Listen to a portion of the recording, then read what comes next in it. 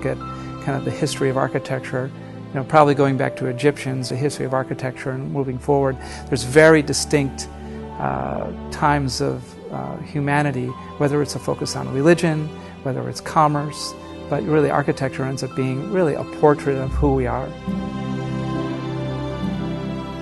The tall buildings are where we really became a mercantile society. When you think of the old world and you think of all the churches and cathedrals, it's really where the focus was on obviously who we are spiritual. And then you go back to the Egyptians and the pyramids, the architecture were about the afterlife. So you really define our societies by their architecture.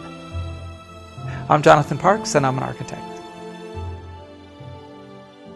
If Sarasota didn't exist, I don't know if I would actually have an architecture firm in Florida. First time I was in Sarasota was 1971. My aunt had asked us to come down, and I had my first introduction to the mid-century modern Sarasota architecture.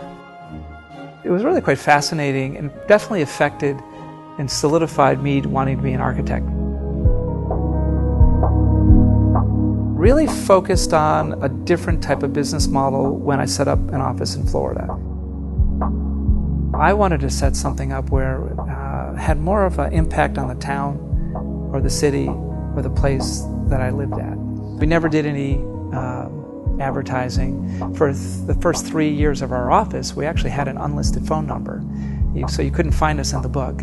And we, at that time, really tripled our size. And it was really just doing things well and reputation and always customer service, really basing our projects on being a portrait of our clients. And our projects all look different, and the people that hire us really want that. They don't want what other people have. They want something that's unique to them.